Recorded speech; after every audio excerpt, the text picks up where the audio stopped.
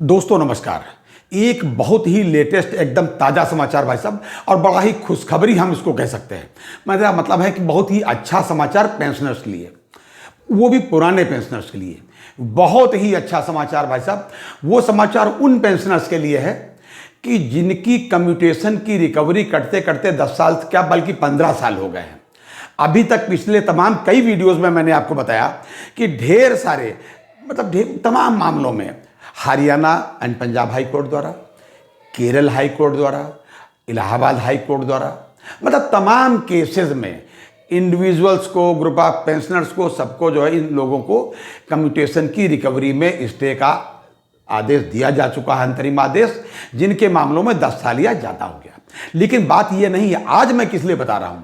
आज भाई साहब इसलिए बता रहा हूं, यह मामला उन लोगों के लिए है, उन लोगों पर अप्लाई होता है कि ठीक है 10 साल 11 साल वाली बात तो अलग है, जिनको 15 साल पहले हो गए हैं, ये उनके लिए है। जिनका पैसा पहले ही ज़्यादा कट चुका है, उनके लिए क्या हो भाई साहब? तो उनके लिए एक आदेश जो है पारित हुआ है।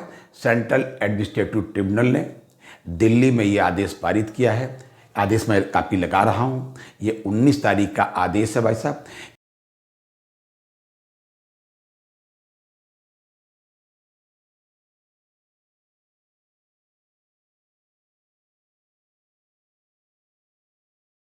पेंशनर्स फोरम की तरफ से मुकदमा दायर किया गया था और यही बात कही गई थी कि साहब हमको तो 15 साल से ज़्यादा हो गया है, और देखिए इस मामले में ऐसा ऐसा हुआ। तमाम हाई कोर्ट ने इस तरीके के आदेश दिए हैं, और उस आदेश में जो कहा उन्होंने, वादी ने, या जो हमारे पेंशनर फोरम वालों ने, उसका भी उल्लेख उस आदेश में है।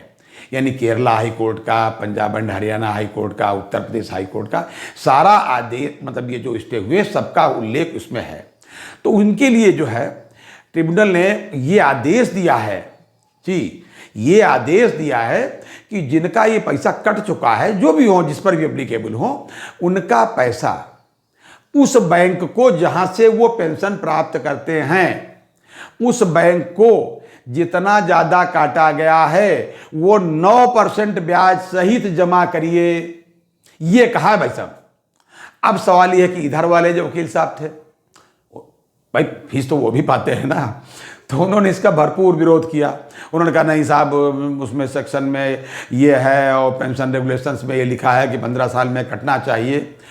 तो पेंशनर एसोसिएशन जो थी फोरम, जिन्होंने जो बेचारे याची थे पेंशनर्स लोग, उनके वकील साहब ने कहा साहब इसमें ये लिखा है कि 15 साल के अंदर इनके कम्यूटेशन के अमाउंट को रिकवर करना है, ये नहीं है कि इसमें ज़्यादा रिकवर करना है।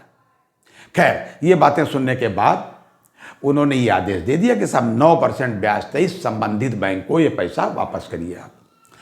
तब इन्होंने फिर कहा कि साहब ये आदेश जो है सिंगल उसका है, हम उसको डबल बेंच में अगर चैलेंज करेंगे साहब इसको, तो उन्होंने कहा करिए, और उन्होंने आदेश कर दिया कि ये डबल बेंच में इनका लगा लिया जाए।